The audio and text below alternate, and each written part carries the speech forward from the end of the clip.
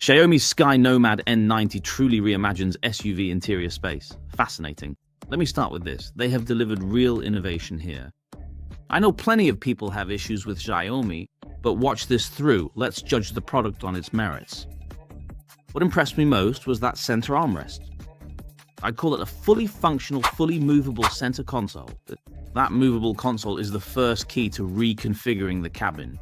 The front seats can turn around. 4-seat face-to-face layouts are common now.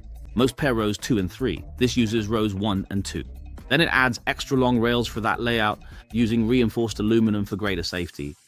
The face-to-face space becomes enormous. I normally don't care for face-to-face seating. The opposing seats are usually too close and cramped.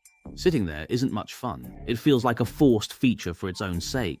A small setup isn't useful, but make it larger, and it becomes a genuinely useful feature. In today's fiercely competitive, highly homogenized cabins, this is a genuine highlight. Add rear doors that open almost 90 degrees. When camping, that makes the cabin really interesting. It's like opening up one huge double-sided doorway.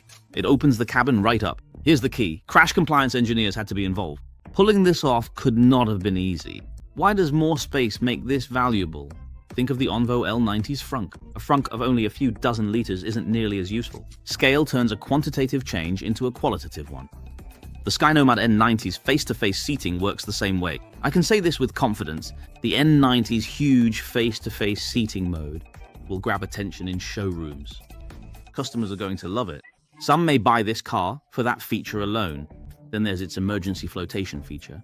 With urban flooding so common today, it has real practical value. They were also careful, showing a full-screen warning that this is strictly an emergency function, not an excuse to use the car as a boat. Overall, after watching this launch, speaking as a viewer, and a Xiaomi fan who bought several of its air conditioners, Xiaomi now feels grounded, remarkably so. Its car-making style is shifting in that practical direction. My one regret, I watched for ages, but heard nothing about an electric tow hitch. Still, that's no big deal. That's my quick take on the Xiaomi SkyNomad N90 launch. I'm done. Now it's your turn in the comments.